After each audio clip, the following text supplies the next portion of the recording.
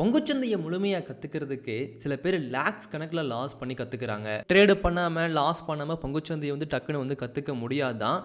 நீங்களுமே லேக்ஸ் கணக்கில் லாஸ் பண்ணியே கற்றுக்கோங்க. ஆனால் அது ரியல் அமௌண்ட்டாக இருக்க வேண்டாம், டம்மி அமௌண்ட்டாக இருக்கட்டும். என்ன ப்ரோ சொல்கிறீங்க, டம்மி அமௌண்ட்டா? அப்படின்னா என்ன அப்படின்னா, பேப்பர் ட்ரேடிங் இருக்கு இல்லையா, பேப்பர் ட்ரேடிங்க்கு நிறைய அப்ளிகேஷன் இருக்குது. உங்களுடைய ரியல் அமௌண்ட்டை போட்டு ஒரு ஸ்ட்ராட்டஜியில் பேக் டெஸ்டிங் பண்ணுறதை விட பேப்பர் ட்ரேடிங் அப்ளிகேஷனில் 10,000, 1 lakh, 10 lakh, 1 crore இந்த மாதிரி கூட அமௌண்ட் டம்மியாக வச்சு அதை வச்சு ட்ரேடு பண்ணி லாஸ் பண்ணி ப்ராஃபிட் பண்ணி ஸ்டாப் லாஸ் போட்டு எக்ஸிட் பண்ணி இப்படி எல்லாத்தையுமே ப்ராப்பராக ட்ரேடிங்கில் உள்ளே வரவங்களுக்கு ஒரு பெஸ்ட்டு ஆப்ஷன் அப்படின்னா அது பேப்பர் ட்ரேடிங் மட்டும்தாங்க.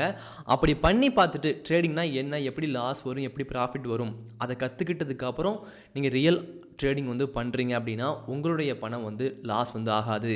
எனக்கு இன்றைக்கே வேணும், இந்த 1 ஹவருக்குள்ளே நான் ட்ரேடு பண்ணி பெரிய பணக்காரன் ஆகணும், இந்த மைண்ட் செட்டை தூக்கி அப்படியே போட்டுட்டு நான் ஒரு 20K 50K சம்பளத்துக்கு வேலைக்கு போகிறதுக்கே 15 வருஷம் படிச்சிருக்கேன், இதில் கோடிக்கணக்கான பணம் சம்பாதிக்கிறாங்க, அதுக்காக நான் ஒரு 3 மாதமாச்சும் டைம் ஒதுக்கி கற்றுக்க போகிறேன், இந்த ஒரு மைண்ட் செட்டுக்கு உள்ளே வாங்க.